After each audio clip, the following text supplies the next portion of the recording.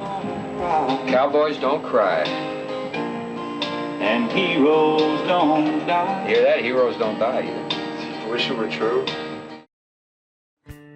Buddy Harrelson may have been small in stature, but his presence on the diamond undoubtedly superseded that.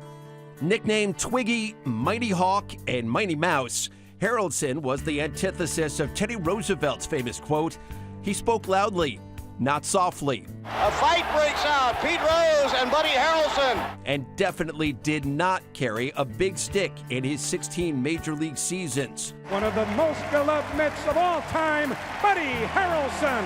But he did manage to become a fan favorite and a local icon. Born Darrell McKinley Harrelson in 1944 in Niles, California, he was given the nickname Bud by his brother growing up. He stuck with that name when he was signed by the Mets in 1963, making his major league debut 2 years later. The scrappy shortstop manned the position for the 1969 Miracle Mets, providing the team with solid defense up the middle for the franchise's first World Series title. Never known as a prolific hitter, Harrelson thrived in the majors thanks to his glove.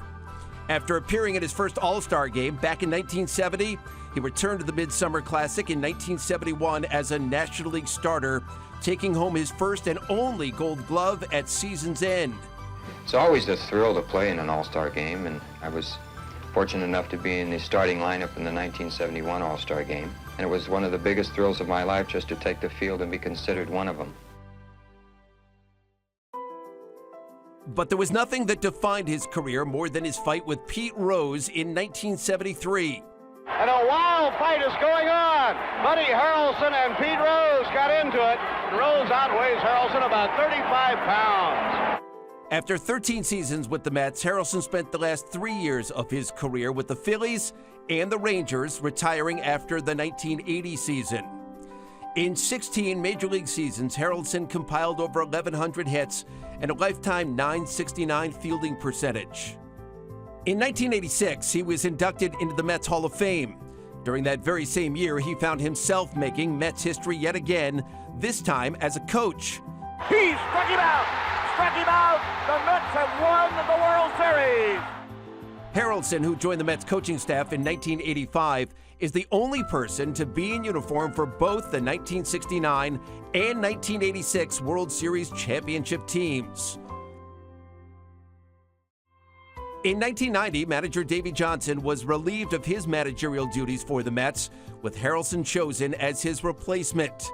This afternoon I had the very unhappy duty of letting my manager Davey Johnson go, and I suppose in a way the very happy duty of replacing him with Buddy Harrelson. His managerial run lasted just 2 seasons before being let go in the middle of the 1991 campaign. After his time with the Mets, Harrelson still made his impact felt locally in the game. In the year 2000, he became part manager and owner of the newly created independent league team, the Long Island Ducks. I say it's the best thing I've ever done in baseball. People go, wow, wait a minute, you know, 2 All-Star games, you've been in 3 World Series. I say it's the best thing I've ever done in baseball because it impacts the community that I live in.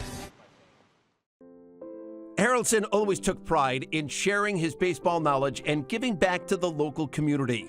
But in 2016, Buddy got some sobering news when he was diagnosed with Alzheimer's disease, and in 2018 began battling early stages of dementia. A member of 3 of the Mets' 5 teams to reach the World Series, Buddy Harrelson will always be remembered for his gritty style of play on the field and his kindness and his compassion off of it.